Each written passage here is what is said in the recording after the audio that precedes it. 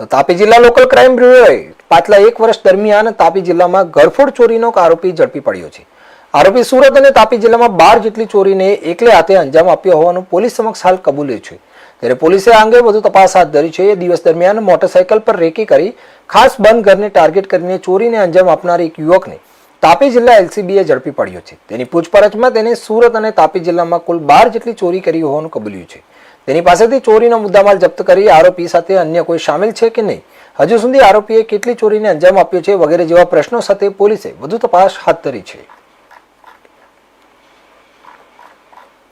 તાપી જિલ્લાના અલગ અલગ પોલીસ સ્ટેશનોમાં જે ઘરફોડના બનાવ બન્યા હતા એ અનડિટેક્ટ ઘરફોડને શોધી કાઢવા માટે, આરોપીને શોધી કાઢવા માટે એલસીબીની ટીમ, પેરોલ પલ્લોની ટીમ, એ વિવિધ ટીમો દ્વારા છેલ્લા ઘણા સમયથી પ્રયત્નો કરવામાં આવ્યા હતા.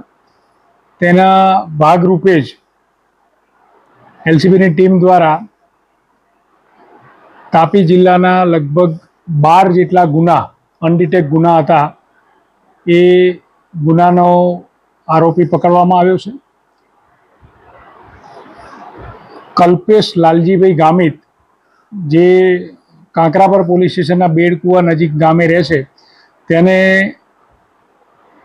ટેકનિકલ સર્વેલન્સના માધ્યમથી અને આ ઉપરાંત હ્યુમન સોર્સના માધ્યમથી આરોપીને પકડી લાવી અને પૂછપરછ કરતા આરોપી પોતે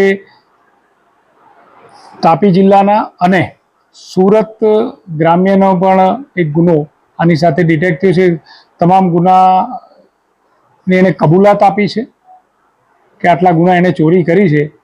એ હિસાબે આરોપીએ 11 જેટલા ગુના તાપી જિલ્લાના અને એક ગુનો સુરત ગ્રામ્યનો બારડોલી પોલીસ સ્ટેશનનો જે ગુનો છે તે ડિટેક્ટ થયો છે.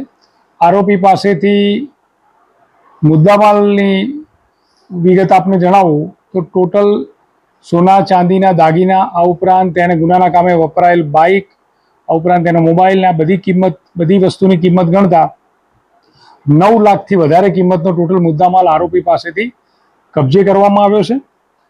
આ આરોપીએ મોટે ભાગે વ્યારા, સોનગઢ, વાલોડ, કાંકરાપાર આ પોલીસ સ્ટેશનોમાં જે ઘરફોડ થયેલી હતી તેના ગુનાની કબૂલાત આપી છે ને એ ગુના ડિટેક્ટ થયા છે.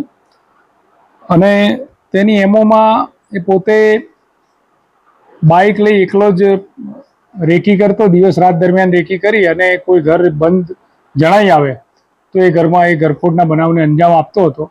અને આમ તાપી જિલ્લાની એલસીબી અને પેરોલ પલ્લોની ટીમે તાપી જિલ્લાના અને સુરત ગ્રામ્ય જિલ્લાના ગુના મળી ટોટલ 12 જેટલા અનડિટેક્ટ ગુના એ ડિટેક્ટ કર્યા છે અને 9 લાખથી વધારે કિંમતનો મુદ્દામાલ કબજે કરેલો છે. હા, આરોપીને અમે રિમાન્ડની કાર્યવાહી કરવાના છે. એમાં વધુ પૂછપરછમાં જે પણ ખુલશે એ પ્રમાણે અમે એની સાથે મદદમાં કોણ હતું, એને બીજા કયા ગુનાને અંજામ આપ્યું છે, આ તમામ વસ્તુ